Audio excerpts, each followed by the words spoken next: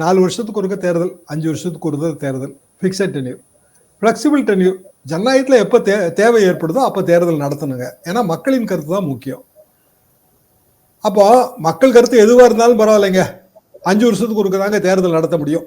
இது சிறந்ததா? மக்கள் விருப்பத்துக்கு ஏற்றவாறு ஜனநாயகம் மாற்றி அமைக்கப்பட வேண்டும், ஆட்சி மாற்றி அமைக்கப்பட வேண்டும், அதுக்கேற்ற மாதிரி தேர்தல் நடத்தணும். இந்த கருத்து சிறந்ததா? இவ்வளவுதான். காமன் சென்ஸ் அப்பீல் தான். கலைஞர் எம்ஜிஆர் அந்த காம்பினேஷன்ல பெரிய வெற்றி. அந்த வெற்றி ஒரு சில மாதங்களிலேயே எம்ஜிஆர் தனி கட்சி துவங்கி அந்த வெற்றியில களங்கம் ஏற்படுச்சு. 184 எம்எல்ஏக்கள் இருந்தும் ஒரு கட்சி ஆளுங்கட்சி பிளவுபடுது. அதை நீங்க யோசிச்சு பாருங்க. அப்போ கலைஞர் செஞ்சாருங்க. ஏன் ஸ்டாலின் எதுக்குறாருன்னா, கலைஞர் செஞ்ச தப்பு தானே. கலைஞர் செஞ்ச சரின்னு நம்ம நியாயப்படுத்த முடியுமா? நிதி கையாளுகிற முறை இதெல்லாம் மாற்ற வேண்டிய அரசாங்கம் பொறுப்புணர்வோடு செயல்படலாம். ஆனா 5 வருஷம் இருக்கும். சரியா இந்த வாதம்? நீ 5 வருஷம் இருப்ப, நான் இருக்கணும் இல்ல? இந்த கேள்விக்கு விட வேணும் இல்ல? நீங்க இருப்பீங்க 5 வருஷம். நான் சாதாரண காமன் மேனோட ஞானம் மிகப்பெரிய நிதியமைச்சரோட ஞானத்தை விட, மிகப்பெரிய பிரதமர் ஞானத்தை விட பல மடங்கு உயர்ந்தது. ஊர்ல போய் கேட்டு பாருங்க, டீ கடையில் உட்காந்துருவங்க கூட இதை பத்தி அழகா பேசுவாங்க.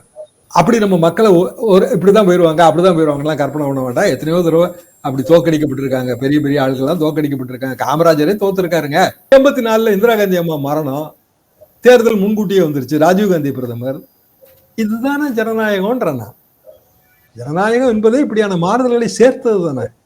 அதெல்லாம் இல்லைங்க, நீங்க என்ன வேணாலும் மாத்தி யோசிங்க, அதை பத்திலாம் எங்களுக்கு அக்கறையே இல்லை, நாங்க 5 வருஷத்துக்கு ஒருக்கதான் தேர்தல் நடத்துவோம், எங்களுக்கு மட்டும் இல்ல உங்களுக்கும் சேர்த்து அந்த முடிவு எடுக்கக்கூடிய அதிகாரம் உங்களுக்கு ஏதுன்னு.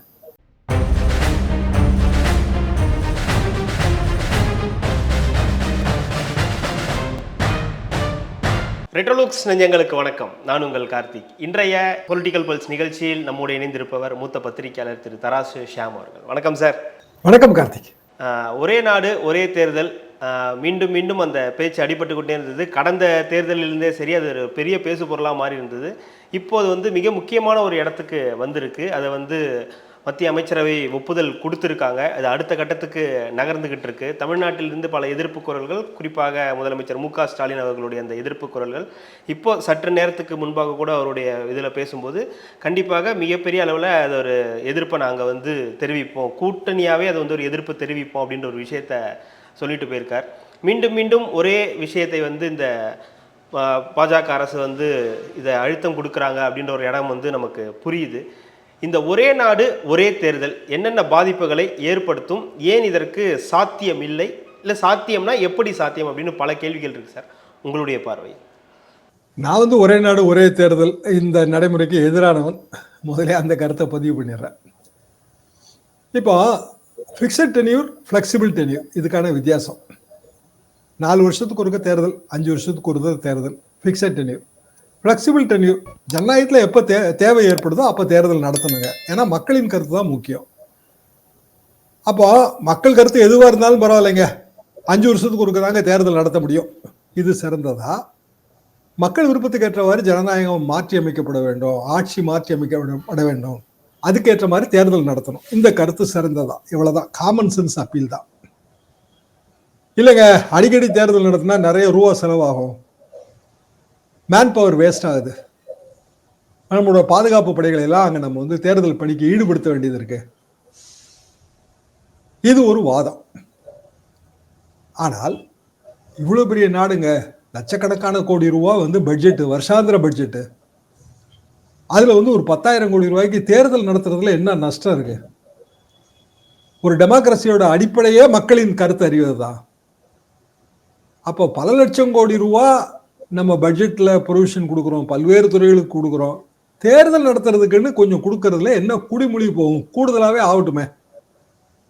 நான் இந்த 2வது வாதத்தை தான் நான் ஆதரிக்கிறேன். என்ன காரணம்னா, அரசாங்கங்கள் மக்கள் கருத்தறிந்து நடக்கணும். மக்கள் கருத்தறியறதுக்கு ஒரே வழி ஜனநாயகத்துல தேர்தல் தான். அப்போ தேர்தல் நடத்தணும் என்றால் 5 வருஷம் லோக்சபா தேர்ந்தெடுத்தாச்சு, 5 வருஷம் லோக்சபா நடந்துகிட்டு இருக்கு, இதே கட்சி ஆட்சியில் இருக்க போது. நடுவில் எப்படி நீங்க கருத்தறிவீங்க மக்கள் கருத்து? நடுவில் ஒரு சட்டமன்ற தேர்தல் வந்தா நீங்க மக்கள் கருத்தறிவீங்க. இல்ல சட்டமன்ற தேர்தல் நடக்க 5 வருஷம் இதே கட்சி தான் ஆட்சியில் இருக்க போது, மக்கள் ஆட்சி மேல கோபமா இருக்காங்கன்னு எப்படி நம்ம தெரிஞ்சுக்கிறது? நடுவில் ஒரு பாராளுமன்ற தேர்தல் வந்தா தெரிஞ்சுக்கிடலாம். பார்லிமெண்டரி கமிட்டி இதே மேட்டர்ல ஏற்கனவே சுதர்சன் ஆட்சியப்பன் நம்ம தமிழ்நாடோட பழைய எம்பி அவர்லாம் பங்கெடுத்த ஒரு பார்லிமெண்டரி நிலைக்குழு பார்லிமெண்டரி கமிட்டி இருந்துச்சுங்க. அவங்க என்ன சஜஸ்ட் பண்ணாங்கன்னா, 1 நேஷன் 2 போல், ஒரு நாடு 2 தேர்தல், 5 வருஷம் டென்யூர் 2.5 வருஷமா பிரிங்க, 5 வருஷம் ஒரு ஆட்சி நடக்குது, அது நடக்கட்டும். 2.5 வருஷத்துக்கு ஒரு தடவை தேவைக்கு ஏற்றவாறு தேர்தல் நடத்துங்க. இப்போ உதாரணமா 2.5 வருஷத்துக்குள்ள 2.25 வருஷத்துல ஒரு மாநிலத்துல தேர்தல் தேவை ஏற்படுதுன்னா 2.5 வருஷத்துல நடத்துங்க.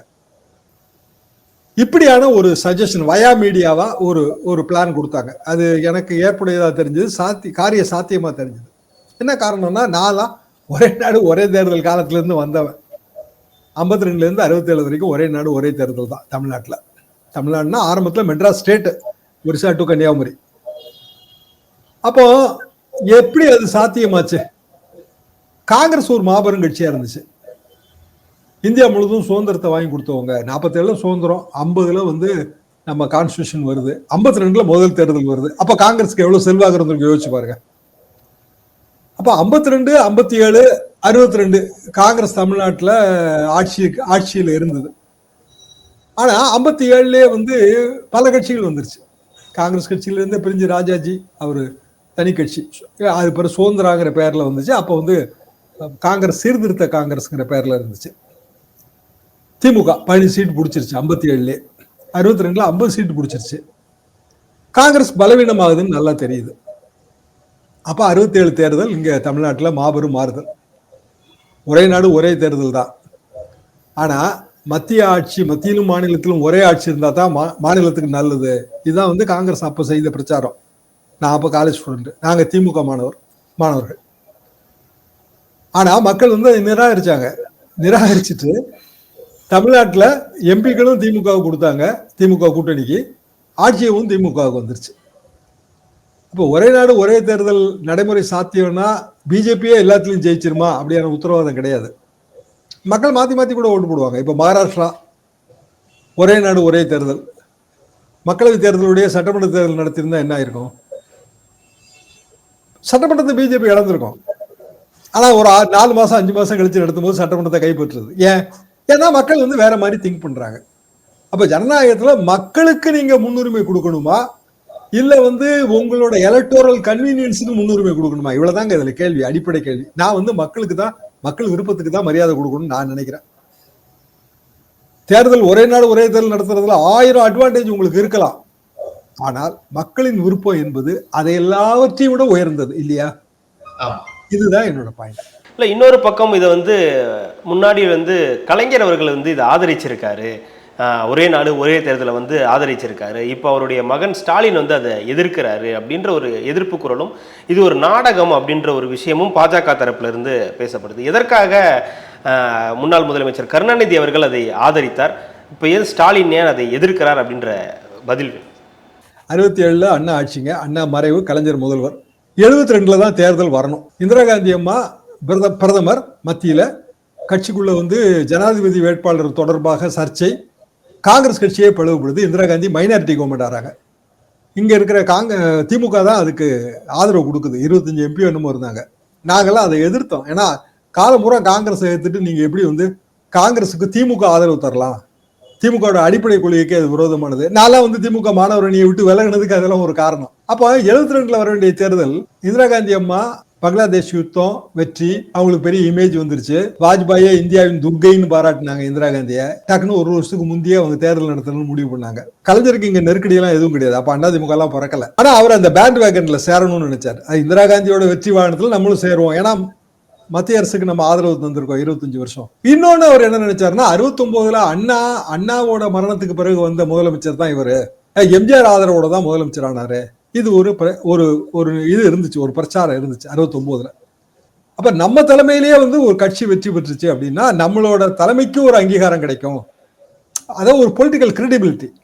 இதெல்லாத்தையும் கலந்து பேசிதான் அந்த முடிவு எடுத்தார் அவர். அப்போ பழைய காங்கிரஸ் இங்க காமராஜர் தலைமையில் இருந்துச்சு. ராஜாஜி கலைஞரை வீழ்த்துவதற்கு இது ஒரு தருணம் தான் அப்படி, காமராஜரும் அப்படிதான் நினைச்சாரு. 2 பேரும் கூட்டணியா இருந்து அந்த தேர்தலில் சந்திச்சாங்க. ஆனா ரொம்ப சொற்பமான எண்ணிக்கையில் தான் கிடைச்சது, 15 எம்எல்ஏ என்னமோ தான் கிடைச்சது. கலைஞர் எம்ஜிஆர் அந்த காம்பினேஷன்ல பெரிய வெற்றி. அந்த வெற்றி ஒரு சில மாதங்களிலேயே எம்ஜிஆர் வந்து தனி கட்சி துவங்கி அந்த வெற்றியில களங்கம் ஏற்படுச்சு. 184 எம்எல்ஏக்கள் இருந்தும் ஒரு கட்சி ஆளுங்கட்சி பிளவுபடுது. அதை நீங்க யோசிச்சு பாருங்க. அப்போ கலைஞர் வந்து செஞ்சாருங்க, ஏன் ஸ்டாலின் எதுக்குறாருன்னா கலைஞர் செஞ்ச தப்பு தானே. கலைஞர் செஞ்ச சரின்னு நம்ம நியாயப்படுத்த முடியுமா? கலைஞர் செஞ்ச தப்பு தான். இப்போ வந்து அதை வரலாற்று தவறு திருத்துறதுக்கு இவருக்கு ஒரு வாய்ப்பு கிடைச்சிருக்கு, இவரு எதுக்குறாரு. அப்படிதான் நான் பாக்குறேன் இதை.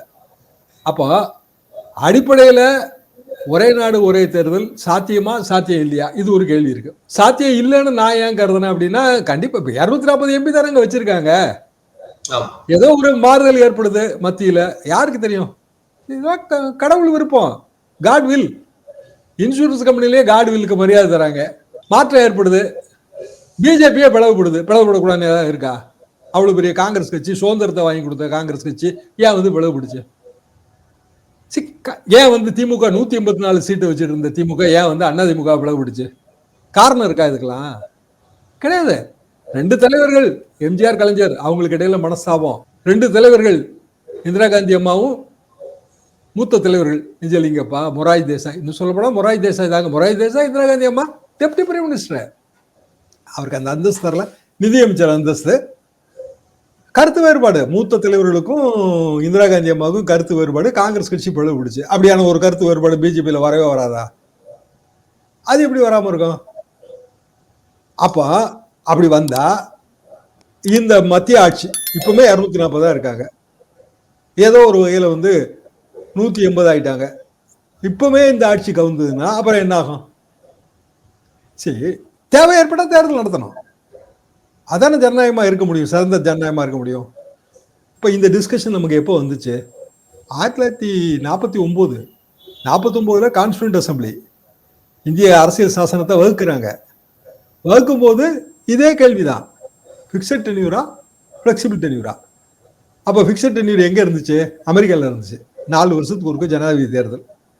அதே மாதிரி இந்தியாவிலும் கொண்டு வரணும். அப்போ என்ன அதுல வந்து மாற்று கருத்து வைக்கப்பட்டதுன்னா, நம்ம வந்து பிரிட்டிஷ் பாராளுமன்ற மரபை பின்பற்றுறோம். பிரிட்டிஷ் பாராளுமன்ற மரபுல ஸ்திரத்தன்மையா பொறுப்புணர்வா, இந்த 2க்கு இடையிலான வேறுபாடை அவங்க பேசியிருக்காங்க. ஸ்திரத்தன்மையுடன் கூடிய அரசா, பொறுப்புணர்வுடன் கூடிய அரசா? அடிப்படை கேள்வி. பொறுப்புணர்வுடன் கூடிய அரசு தான் அப்படின்னா 4 வருஷம் நீ தான் இருப்பையா, நீ எவ்வளவு பொறுப்புணர்வு இல்லாமல் நடந்துக்கிட்டாலும் அப்படின்னு நம்ம சொல்ல முடியுமா? உங்களுக்கு ஒரு போஸ்டிங் கொடுத்துருக்காங்க, நீங்க பொறுப்புணர்வோட செயல்படல, எப்போ பார்த்தாலும் ஆபீஸ்க்கு லேட்டா வரீங்க, உங்களோட கமிட்மெண்ட்டை நீங்க நிறைவேற்ற முடியல, இல்ல எனக்கு 4 வருஷம் பதவி இருக்கு, நான் தான் இருப்பேன் அப்படின்னா யாரு அழிவா? நிறுவனம் அழிஞ்சு போயிடும். இப்ப அதே தானே நாட்டுக்கு. நாடு வந்து நாசமா போயிட்டே இருக்குங்க. டோட்டலா ரூரல் டிஸ்ட்ரெஸ், கிராமப்புற வறுமை. தீபாவளி சேல்ஸை பாருங்க நீங்க, என்ன ஆக போகுதுன்னு. தமிழ்நாட்டை பொறுத்த வரைக்கும், வட இந்தியாலே அப்படிதான் இருக்கு. புலம்பெயர்றாங்க லட்சோப லட்சம் மக்கள். வட இந்தியாவில் இருக்கிற பல்வேறு மாநிலங்கள்ல இருந்து புலம்பெயர்ந்து கேரளாவுக்கும் கர்நாடகாவுக்கும் தமிழ்நாட்டுக்கும் வராங்க. இங்கேயும் வந்து வறுமை வர ஆரம்பிச்சிருச்சு. திருப்பி உங்க ஊருக்கே போங்கப்பான்னு சொல்ற நிலைமைக்கு நம்மளும் போறோம். எல்லாம் அடுத்த 1 வருஷம் 2 வருஷத்துல நடக்கக்கூடிய விஷயம். இத நிதியமைச்சர் உணர்ந்தாரா? மோடி அரசு உணர்ந்ததா? தங்க நகை அடமானம் வைக்கிறதா 50% கூடி இருக்கு 3 மாசத்துல. ஏன்? ரூபாய் இல்ல, செலவு பண்றதுக்கு பணம் இல்ல, குழந்தைகள் படிப்பு செலவு, திருமணம், ஏதோ எத்தனையோ செலவு வருது, வாழ்வாதாரத்துக்கு வழி இல்லை. இது எல்லாத்தையும் உணர்ந்து நம்ம நிதி கையாளுகிற முறை இதெல்லாம் மாற்ற வேண்டிய அரசாங்கம் பொறுப்புணர்வோடு செயல்படல. ஆனா 5 வருஷம் இருக்கும். சரியா இந்த வாதம்? நீ 5 வருஷம் இருப்ப, நான் இருக்கணும் இல்ல? இந்த கேள்விக்கு விட வேணும் இல்ல? நீங்க இருப்பீங்க 5 வருஷம், நான் எங்கது என்ன ஆகுது? அப்ப இந்தியாவோட பல்வேறு பொருளாதார கொள்கைகள் மாத்தணும். 1500 ரூபாய்க்கு நீங்க வந்து ஒரு டிஷர்ட் வாங்கினீங்கன்னா 18% டாக்ஸ் வருது. 10,000 ரூபாய்க்கு வாங்கினீங்கன்னா என்ன தெரியுமா? 28% வரப்போகுது. 10,000 ரூபாய்க்கு 2,800 ரூபா வரி. விளங்குமா? உணவுப் பொருளுக்கான வரி என்ன? பேக்கேஜ் ஃபுட்டு, அரிசி 25 கிலோ மூடையா போட்டீங்கன்னா வேற வரி, 26 கிலோ ஆக்குனீங்கன்னா வேற வரி, 24.5 கிலோவுக்கு மூடை கொடுத்துட்டு இருக்கான். அப்போ அன்ஆர்கனைஸ்டு செக்டாரை நோக்கி நாடு போகுது. நம்ம ஆர்கனைஸ்ட் செக்டாரா மாறி இருக்கோம். இப்ப கடைசியில் என்ன ஆகுங்க? சரிங்க, எதுக்குங்க டிஷர்ட் எல்லாம் வந்து ஒட்டுமொத்தமா ஒரு இடத்துல தயார் பண்ணணும், பிரிச்சு பிரிச்சு கொடுங்க, பிராண்டே தேவையில்லை, 1000 ரூபாய்க்கு தாங்க எனக்கு டிஷர்ட் வேணும், 1000 ரூபாய்க்கு தாங்க சட்டை வேணும்னு நீங்க முடிவு பண்ணீங்கன்னா 1000 ரூபாய் சட்டை எங்க கிடைக்கும் தேட போறீங்க. வரி கிடையாது, ரைட்டு, 1000 ரூபாய்க்கு வாங்கு, 800 ரூபாய்க்கு வாங்கு. அப்ப யாரு சஃபர் ஆவா? அந்த இண்டஸ்ட்ரி சஃபர் ஆகும். ஒருத்தன் வந்து முதலீடெல்லாம் போட்டு ஒரு 10 கோடி 15 கோடி சிறு முதலீட்டோட அங்க ஒரு 100 பேர் வேலை வைப்பான். அந்த 100 பேர்ல 50 பேர் 80 பேர் வந்து பீகார்காரனும் வட இந்தியனும் இருப்பான். அவனை விரட்டி தான் அனுப்பணும். அவனுக்கு தான் வேலை கிடையாது. அதை நோக்கி போறவங்க நம்ம இதை உணர்ந்தாங்களான்னா இல்ல. நாடு பயங்கரமா முன்னேறிச்சுங்க. மோடி ஆட்சியில வந்து தேனாரும் பாலாரும் பெருகி ஓடுது. இல்ல அள்ளி அள்ளி குடிங்க. இப்படி இருக்கு. அப்போ இதை எப்ப திருத்தனா? உனக்கு நான் வந்து டெமோக்ரஸி. எனக்கு இருக்கிற ஒரே பவர் ஓட்டு தான். அப்ப என் வாக்கு சீட்டு மூலமா தான் இந்த நாட்டில் வந்து நான் விழிப்புணர்வு ஏற்படுத்தணும். அப்ப எப்ப நான் திருத்த? எதிராக ஓட்டு போடுறது மூலமா தான். அதெல்லாம் முடியாது. 5 வருஷம் கழிச்சு தான் நீ ஓட்டு போடணும் அப்படின்னா அது என்ன? வாரணாசியில மோடி முதல் 2 கவுண்ட்ல பின்னடைவு. அப்ப அவருக்கு உதச்சிருக்குமா வச்சிருக்காதா இவ்வளவு பெரிய வாரணாசி? என்னங்க 2 சுற்றுல வந்து பின்னடைவு. உலகம் பூரா தலைப்பு செய்தி அது. மோடி பின்னடைவு 2 சுற்றுல. அப்புறம் ஜெயிச்சாரு. அது வேற விஷயம். ஆனா அது ஒரு ஜோல்ட் கிரியேட் பண்ணிச்சா இல்லையா? இதான் என்னோட கேள்வி. கிரியேட் பண்ணிச்சுல. அப்போ தேர்தல் நடைமுறையில நம்பிக்கை உள்ள நம்ம, ஜனநாயகத்தில் நம்பிக்கை உள்ள நம்ம, தேர்தல் நடத்துறதுக்கு செலவாகுதுன்னு யோசிச்சா அது முட்டாள்தனமா இல்லையா? இருக்கலே காஸ்ட்லி வந்து ஜனநாயகம் தான். சர்வாதிகாரம் வச்சுக்கோங்க, செலவே கிடையாது. வைக்க முடியுமா? அதற்கான முயற்சியா இது அப்படின்ற ஒரு கேள்வியும் எழுப்பப்படுது. அதற்கான வாய்ப்புகள் இருக்கா சார்? இல்லைங்க. ஆனா வந்து மனதில் அப்படி இருக்கும். அதிகாரத்தை அடைஞ்சவன் அதிகாரத்தை விட்டு கொடுத்ததா சரித்திரமே கிடையாது. காங்கிரஸ் கட்சியும் அப்படித்தான் இருந்தது. எல்லா போஸ்ட்லயும் அவங்க காங்கிரஸ்காரங்களை தான் போடுவாங்க. அந்த காலத்துல தேர்தல் ஆணையமும் அப்படித்தான் காங்கிரஸுக்கு தான் ஜாலரா அடிச்சுட்டு இருந்தது. ஆனாலும் காங்கிரஸ் கட்சி தோற்கடிக்கப்பட்டது. இதான் வரலாறு. வரலாற்றுல வந்துங்க தோற்கடிக்கப்பட்டவர்கள் வீழ்ந்தவர்கள் மிக அதிகம். பெரிய பெரிய சாம்ராஜ்யங்கள், ரோமானிய சாம்ராஜ்யத்திலிருந்து கிரேக்க சாம்ராஜ்யம் வரைக்கும் இன்னைக்கு என்னாச்சுங்க? மண்ணோடு மண்ணா போச்சு. மொத்தத்துல வந்து ஜனநாயகம் மக்கள் சார்ந்து இயங்க வேண்டியது. மக்களால், மக்களுக்காக. அப்போ மக்கள் கையில் இருக்கிற மகத்தான ஆயுதம் வாக்கு சீட்டு தான். இந்த வாக்கு சீட்டை இவ்வளவு நாளைக்கு ஒருக்க தான் பயன்படுத்தணும்னு நீங்க சொல்லக்கூடாது. எப்பெல்லாம் தேவை ஏற்படுதோ அப்பெல்லாம் நான் பயன்படுத்துவேன். அதுக்கு செலவாகுது அப்படின்னு சொன்னீங்கன்னா வேற சீர்திருத்த முறைகளை கொண்டாங்க. என்னத்துக்கு வந்து தேர்தல் பிரச்சாரம் இத்தனை நாளைக்கு வச்சிருக்கீங்க? ஒரு வாரமாக்குங்க. எதுக்கு வந்து ஊர் ஊரா சைக்கிள் பேரணி நடத்துறீங்க? எல்லாருமே வந்து டிவியில பேசுங்க, சோசியல் மீடியால பேசுங்க. ரோட் ஷோ எதுக்கு? வெட்டி செலவு. மோடி வந்து 2 கிலோமீட்டரோ இல்ல ஸ்டாலின் வந்து 2 கிலோமீட்டரோ ரோட் ஷோ வந்து என்ன ஆகுது சொல்லுங்க? அப்போ நம்ம வேற சீர்திருத்தங்கள் மூலமாக செலவுகளை குறைக்கிறதை விட்டுட்டு மேலும் மேலும் செலவு பிடிச்ச விஷயமா தேர்தலை மாத்திரம். சாமானிய தேர்தல் இன்னும் ஜெயிக்க முடியுமாங்க? ஜனங்க என்ன நினைக்கிறாங்க? ஐயோ நீ வந்து 5 வருஷத்துக்கு உனக்கு ஆட்சி இருக்கு, 5 வருஷம் ஒரு வருஷத்துக்கு இவ்வளவு ரூபா மேனைக்கு நீ சம்பாதிக்க போற, அதுல ஒரு பகுதி எனக்கு கொடுத்துட்டு போ. ஒரு ஓட்டுக்கு 1000 ரூபா 500 ரூபா. எங்க வீட்டுல 6 ஓட்டு இருக்கு, பேக்கேஜா தரோம். கிராமத்துல பேசுறாங்க பேக்கேஜுங்கன்றான். பேக்கேஜா ஒரு கட்சிக்கு ஓட்டு போடுறோம், மொத்தத்துல ஒரு 15,000 ரூபா கொடு. இப்படியான நிலைமையை நோக்கி யார் கொண்டுட்டு போனா இந்த நாட்டை? இதெல்லாம் மாத்த வேண்டியது முக்கியமா? அதெல்லாம் இல்லைங்க. இதெல்லாம் மாத்துறதுக்கான ஒரே வழி 5 வருஷத்துக்கு ஒருக்க தேர்தல் தான். நாடு பூரா ஒரே நேரத்துல தேர்தல் தான் சொல்றது பெட்டரா? இவ்வளவுதான். இது அறிவார்ந்த சமூகத்தின் முன்னால நம்ம வைக்கிற கேள்வி. அட்வான்டேஜஸ் இது வந்து பாஜகவுக்கு ஒரு அட்வான்டேஜ் அப்படின்ற ஒரு இதுவும் முன்வைக்கப்படுது. இது பாஜக வந்து மும்முரமா செயல்படுறதுனால அது பாஜகவுக்கு ஒரு அட்வான்டேஜா இருக்கும் அப்படின்னு ஒரு பக்கம் முன்வைக்கப்பட்டாலும், இன்னொரு கருத்து ஒரு 2-3 மாநிலங்களே சேர்த்து தேர்தலை வந்து நடத்த முடியல அப்படின்னும் போது நாடு முழுவதும் எப்படி தேர்தலை நடத்த முடியும்? அதற்கான அந்த வசதிகள் இருக்கா அப்படின்ற ஒரு கேள்வியும் ஒரு பக்கம் எழுது சார். 4 மாநிலத்துல கூட உண்மையிலே தேர்தல் நடத்த முடியலங்க. அது ரொம்ப சிரமமா தான் இருக்கும். அதுல ஒன்றும் எனக்கும் சந்தேகமே இல்லை. ஆனா 52, 57, 62 நம்ம நடத்திருக்கோங்கிறதும் நம்ம சாத்தியமா பார்க்கணும்ல. ரெண்டாவது பிஜேபிக்கு தான் அட்வான்டேஜ்னு கூட நான் பார்க்கலங்க. என்ன காரணம்னா காங்கிரஸுக்கு அட்வான்டேஜா இருந்து காங்கிரஸ் தோத்துருக்கல. என் உதாரணமே நான் சொல்றேன்ல. 67 வந்து காங்கிரஸ் கட்சி எப்படி தமிழ்நாட்டில் வந்து தோற்கடிக்கப்பட்டது? இப்ப தேர்தல் உத்திகள் மாறும். திடீர்னு எல்லா எதிரிகளும் ஒரு அணியில சேருவாங்க. பெரிய அளவுக்கு வந்து திமுக எல்லாம் விமர்சனம் பண்ணிட்டு இருந்தவங்களே சேர்ந்திருக்காங்க. ஃபார்வர்ட் பிளாக் சேர்ந்திருக்காங்க அந்த அணியில. எவ்வளவு பேர் அதெல்லாம் வந்துங்க எதிர்கட்சிகள் தோக்கடிக்கணும்னு நினைச்சா அவங்க தங்களுக்குள்ள இருக்கிற குறைபாடுகளை மறந்துட்டு, முரண்பாடுகளை எல்லாம் மறந்துட்டு ஒரு அணியில சேர்ந்து தோக்கடிச்சிருவாங்க. தோக்கடிச்ச பிறகும் திருப்பியும் இதே சிஸ்டம் தானே வரப்போகுது. அப்ப நம்ம வந்து கான்செப்டா தானே இதை பார்க்கணும். கான்செப்ட் என்ன? பிக்ஸட் டென்யூரா, பிளெக்சிபிள் டென்யூரா, இவ்வளவுதாங்க கான்செப்ட். வேற என்ன கான்செப்ட் இருக்கு இதுல? சரி, உலக நாடுகள் இப்ப அமெரிக்கால பிக்ஸட் டென்யூர் 4 வருஷத்துக்கு ஒருக்க தாங்க தேர்தல். அங்கேயே மாகாண தேர்தல் பூரா வேற வேற. அவ்வளவு பெரிய நாடுங்க, நம்மளோட பெரிய நாடு. நான் வந்து என்னோட journalism US Dallas. President election நடந்து முடிந்த சில மாதங்கள்ல மாநில தேர்தல் வருது, மாநில கவர்னருக்கான தேர்தல். அப்ப ஏன் ஒரே நாடு ஒரே தேர்தல் அவங்க கான்ஸ்டிடியூஷன்ல கொண்டு வரல? பிரசிடென்ட்டுக்கு பிக்ஸட் டென்யூர் வைக்க தெரிஞ்சவங்களுக்கு கவர்னருக்கு ஏன் பிக்ஸட் டென்யூர் வைக்க தெரியல? ஏன் தெரியலன்னா மாநில உரிமைகளை அவங்க மதிச்சாங்க. இன்னும் சொல்ல போனால் மாநில தேர்தல் முறைகளையே வகுக்கிற உரிமையே மாநிலத்துக்கு இருக்காங்க. ஒரு மாநிலத்துல நீங்க தேர்தல ஸ்டடி பண்ணிட்டு இன்னொரு மாநிலத்துக்கு போனீங்கன்னா அங்க வேறவா இருக்கும். பல நாடுகள் நான் பார்த்து வந்துங்க. சவுத் ஆப்பிரிக்கா அந்த ஆப்பிரிக்கன் நேஷனல் காங்கிரஸ் முதல் நெல்சன் மண்டேலா ரிலீஸ் ஆகும்போது அங்க போயிருக்கேன். ஏஎன்சியோட ஃபர்ஸ்ட் கான்ஃபரன்ஸ் அட்டன் பண்ணேன். அங்க வந்து ரெண்டுக்கும் ஒரே தேர்தல், மத்தியிலையும் மாநிலத்திலையும். எங்க காலத்துல தேர்தல் நடக்கும்போது மத்திய மாநிலம்லாம் பிரிக்க தெரியாது. மேல ஒரு ஓட்டு கீழே ஒரு ஓட்டுமாங்க.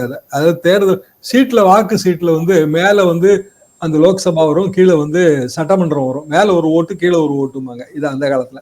இப்பெல்லாம் ஜனங்க ரொம்ப தெளிஞ்சிட்டாங்க. அதெல்லாம் ரொம்ப தெளிவா புரிஞ்சுக்குவாங்க. அப்போ நேஷனல் ப்ராப்ளத்தை மட்டும் முன்னிறுத்தி மோடியே எல்லாத்துலயும் ஜெயிக்கிறதுக்கான ஏற்பாடு நான் அதை நம்பல. என்ன காரணம்னா ஜனங்க அப்படி இல்லைங்க, ரொம்ப விழிப்புணர்வோட இருக்காங்க. ரீச் ஜாஸ்தி ஆயிடுச்சுங்க. செல்போனை வச்சுக்கிட்டே அவங்க உலகத்தை பாத்துடுறாங்க. அப்படிங்கும்போது நேஷனல் ப்ராப்ளம் வேற, ரீஜனல் ப்ராப்ளம் வேற, அதெல்லாம் உங்களுக்கு நல்லா தெரியும். சட்டமன்றத்துக்கு யாரை தேர்ந்தெடுக்கணும், பாராளுமன்றத்துக்கு யாரை தேர்ந்தெடுக்கணும். மக்களின் விஸ்டம் பெருசுங்க. சாதாரண காமன் மேனோட ஞானம் வந்து மிகப்பெரிய நிதியமைச்சரோட ஞானத்தை விட, மிகப்பெரிய பிரதமர் ஞானத்தை விட பல மடங்கு உயர்ந்தது. ஊர்ல போய் கேட்டு பாருங்க, டீ கடையில் உட்காந்துருக்கவங்க கூட இதை பத்தி அழகா பேசுவாங்க. அப்படி நம்ம மக்களை இப்படிதான் போயிருவாங்க, அப்படிதான் போயிருவாங்கலாம் கற்பனை பண்ண வேண்டாம். எத்தனையோ தடவை அப்படி தோக்கடிக்கப்பட்டிருக்காங்க. பெரிய பெரிய ஆட்கள்லாம் தோக்கடிக்கப்பட்டிருக்காங்க. காமராஜரே தோத்துருக்காருங்க தமிழ்நாட்டுல. நாங்களே தான் வந்து அவருக்கு எதிராக பிரச்சாரம் பண்ணோம். ஒரு 1.25 வருஷம் கழிச்சு நாங்களே அவருக்கு இடைத்தேர்தல் ஆதரவா பிரச்சாரம் பண்ணோம். ஏன் மனம் மாறி இருக்கு. 67 விருதுநகர்ல எதிராக பிரச்சாரம் பண்ண அது சேம் செட்டு 69 நார்கோயில்ல காமராஜருக்கு ஆதரவா பிரச்சாரம் பண்றோம். அப்படிதான், அதுதான் அரசியல். அப்போ மக்கள் வந்து இப்படிதான் போடுவாங்க. நேஷனல் லெவல்லாம் மோடிக்கே ஓட்டு போட்டு அப்படியே மோடியவும் சட்டமன்றத்தில் கொண்டு வருவாங்க. Definitely not. அதுல எனக்கு நம்பிக்கை இல்லை. ஆனா தேவையா தேவையில்லையா, இந்த கேள்விக்கு தான் நான் விட தேடுறேன். தேவையா தேவையில்லையானா ஒரே ஒரு பாயிண்ட் தான். மக்களின் விருப்பு மகத்தானது, மக்கள் தீர்ப்பே மகேசன் தீர்ப்பு. அப்படின்னா மக்களுக்கு தீர்ப்பளிக்கிறதுக்கு நீங்க வந்து தேர்தல் தான் நடத்தி ஆகணும். அதை தாண்டி வேற வழியே கிடையாது ஜனநாயகத்துல. அப்ப அந்த தேர்தல் எப்போது தேவையோ அப்போது நடத்தப்பட வேண்டுமே தவிர இப்போதுதான் நடத்தப்பட வேண்டும்ங்கிற கட்டாயப்படுத்துற உரிமை வந்து கிடையாது. ஒரு பக்கம் பார்லிமெண்ட்டுக்கும் சட்டசபைக்கும் ஒரே நேரத்தில் தேர்தல், அடுத்த 100 நாட்கள் கழித்து மாநகராட்சிக்கு தேர்தல் அப்படின்ற ஒரு அதாவது முதல்ல அப்படி சொன்னாங்க. அந்த ராம்நாத் கோவிந்த் அவரோட முன்னாள் ஜனாதிபதி அறிக்கை எல்லாத்துலயும் இப்ப வந்து வர்ற மசோதா அப்படி வரல. அதெல்லாம் ரொம்ப கஷ்டங்க, அது லாங் ப்ராசஸ் அப்படின்னு அதை நைஸா நழுவிட்டாங்க. 100 நாள் கழிச்சு உள்ளாட்சி அமைப்புகளுக்கு தேர்தல் இல்லை. ஏன்னா மாநில சட்டமன்றங்கள் அதை ஒத்துக்கிடணும். அது மாநில உரிமை சார்ந்த விஷயம். இங்க நம்ம ஸ்டேட் எலெக்ஷன் கமிஷன் வச்சிருக்கோம், அதுக்குள்ள அவங்க போகல. இப்போ வந்து வரப்போறது என்பது ஒரே நாடு ஒரே தேர்தல், லோக்சபாவுக்கும் அசம்பிளிக்கும் தான். அப்போ அதுக்கு வந்து 2/3 மெஜாரிட்டியில கான்ஸ்டியூஷனை மாத்தணும் வைக்கணும் முடியவே முடியாது. என்டிஏக்கு இவ்வளவுதானே மெஜாரிட்டி இருக்கு, அதுவும் கதை இல்லை. ஏன்னா 370 வந்து வேற ரூட்ல போய் ராங் ரூட்ல போய் தான் மாத்தினாங்க. இல்ல அந்த மாதிரியான வாய்ப்புகள் இருக்கான்னு கேக்குறேன் சார். அந்த மாதிரி ஏதாவது நிறைவேற்றுறதுக்கான வாய்ப்புகள் இருக்கா? அப்படி இல்லாம ஏன் கொண்டு வராங்க? சரி, இத வந்து மசோதாவை அறிமுகம் பண்ணிட்டு அறிமுகத்துக்கு தேவை சிம்பிள் மெஜாரிட்டி. சிம்பிள் மெஜாரிட்டியில அறிமுகத்தை கொண்டு வந்துட்டு அப்படியே பாராளுமன்ற குழுவுக்கு அனுப்பிடுவாங்க. இது ஒரு வாதம். ஏற்கனவே ஒரு பாராளுமன்ற குழுவில் உட்கார்ந்து இருக்குங்க. நான் சொன்ன சுதர்சன ஆட்சேபம் குழு, அவர் ஒரு மெம்பர். அவர் என்ன சொன்னாருன்னா 1 நேஷன் 2 போல் வைக்கலாங்க. 2 தேர்தல், 2.5 வருஷம் 2.5 வருஷம், 5 வருஷம் ஒரு ஆட்சி இருக்கு. 2.5 வருஷத்துக்கு நடுவில் ஒரு தேர்தல் வருது. இப்போ 2.25 வருஷம் ஒரு ஆட்சி இருக்குன்னா ஒரு கொஞ்சம் மாசம் எக்ஸ்டெண்ட் பண்ணி 2.5 வருஷத்துக்கு தேர்தல். இப்படி பண்ணீங்கன்னா இது ஓரளவுக்கு சாத்தியங்கிற ஒரு சஜஷன் வந்துச்சு. அதை கைவிட்டாங்க. 83 இருந்து இருக்கிற டிஸ்கஷன் தான் இது. காங்கிரஸ் ஆட்சி காலத்துல முதல்ல 1 நேஷன் 1 போல் உடைக்கப்பட்டது இல்லையா, 71. 83 இல்ல ஒரே நாடு ஒரே தேர்தல் இருக்கதா நல்லதுன்னு ஒரு டிஸ்கஷன் ஓடிச்சு. சாத்தியப்படலை. என்ன காரணம்னா சிம்பிளி வந்து ஜனநாயகம் வந்து ரொம்ப விசித்திரமான சுழல்கள் நிரம்பியது. ஒரு காலத்துல காங்கிரஸ் கட்சி தனியான கட்சியாக கோல வச்சுட்டு இருக்கும்போது சாத்தியப்பட்டுச்சு. அது பிறகு மாநில உணர்வுகள்லாம் மேலோங்கி வந்துருச்சு. மாநிலங்கள்ல ஆட்சி கவலை ஆரம்பிச்சது, மத்தியிலையும் ஆட்சி வந்து குழப்ப ஆரம்பிச்சது. இப்படியான ஒரு காலகட்டத்தில் அது மாறிடுச்சு. இந்திரா காந்தி அம்மா 80ல மிகப்பெரிய மெஜாரிட்டியோட வந்தாங்க. 77ல ஜனதா வந்து 270 280 எடுத்திருந்தாங்க. எப்படி திருப்பி 80லே தேர்தல் வந்துச்சு? 77க்கு பிறகு 5 வருஷம் 82 வரைக்கும் இருக்கணும்ல. ஜனதா கட்சியில பாரதிய ஜனசங்கமும் ஒரு அங்கத்தினர் தானே. அப்ப ஏன் வந்துச்சு? ஏன் வந்துச்சுன்னா RSS இரட்டை உறுப்பினர் முறை இருக்கக்கூடாதுன்னு ஒரு பெரிய அரசியல் சர்ச்சை வந்துச்சு. RSS உறுப்பினரை நாங்க விடுறதுன்னா எங்க உயிரே விட்டுருவோம். நாங்க வாஜ்பாய் அவர்களும் அத்வானி அவர்களும் ஆட்சி கவுந்தது. ஆட்சிக்கு வந்ததுல என்ன ஆச்சு, திருப்பி இந்த நமக்கு வந்துட்டாங்க. 80ல 84ல இந்திரா காந்தி அம்மா மரணம், தேர்தல் முன்கூட்டியே வந்துருச்சு, ராஜீவ்காந்தி பிரதமர். இதுதானே ஜனநாயகம்ன்ற நான். ஜனநாயகம் என்பது இப்படியான மாறுதல்களை சேர்த்தது தானே. அதெல்லாம் இல்லைங்க, நீங்க என்ன வேணாலும் மாத்தி யோசிங்க, அதை பத்திலாம் எங்களுக்கு அக்கறையே இல்லை, நாங்க 5 வருஷத்துக்கு ஒருக்க தான் தேர்தல் நடத்துவோம், எங்களுக்கு மட்டும் இல்ல உங்களுக்கும் சேர்த்து அந்த முடிவு எடுக்கக்கூடிய அதிகாரம் உங்களுக்கு ஏதுன்னு. இது தமிழ்நாடை தவிர வேற எங்கெல்லாம் சார் எதிர்ப்பு குரல் அப்படின்றது மும்மரமா இருக்கு? ஏன்னா தமிழ்நாட்டில் பெரும்பாலும் இதை வந்து ஆதரிக்கல அப்படின்னும் போது வேற எங்கெல்லாம் இதற்கு ஆதரவு இருக்கு? அப்ப இந்தியாவில் வேற எங்கும் ஆதரவு இருக்கா? ஆள்ற மாநிலங்கள்ல ஆதரவு இருக்கலாங்க, அது கட்சியோட இதுக்கு அவங்க கட்டுப்படுவாங்க. மேற்கு வங்காளம் மாதிரியான மாநிலங்கள்ல ஆதரவு இருக்காது. ஆதரவு இருக்கு ஆதரவு இல்லைங்கிறத விட்டுருவோம். என்ன காரணம்னா, ஒரு கூட்டணியும் இருக்காங்க, இந்தியா கூட்டணி, ரைட், அவங்க வந்து ஒரு பாலிசியில எதுக்குறாங்க. அதை தாண்டி நம்ம யோசிப்போம். நம்ம எப்படி யோசிக்கணும்னா, நான் சொன்ன இந்த அடிப்படையான விஷயங்களை தான். நீங்க மக்கள்கிட்ட பொறுப்பு கொடுக்க போறீங்களா, இல்ல ஆளுவோரின் இஷ்டத்துக்கு ஏற்றவாறு தேர்தல் நடத்தப்படுமா, இதான் கேள்வி. அவ்வளவுதான். கண்டிப்பா சார். இது தொடர்ந்து பேசலாம், என்னெல்லாம் அப்டேட்ஸ் ஆகுதுன்றதை பார்க்கலாம். மகிழ்ச்சி, இவ்வளோ நேரம் உங்களுடைய நேரத்தை ஒதுக்கி எங்களுக்காக பல்வேறு தகவல்களை பகிர்ந்தமைக்கு ரெட்டலோக்கின் சார்பாக மிக்க நன்றி.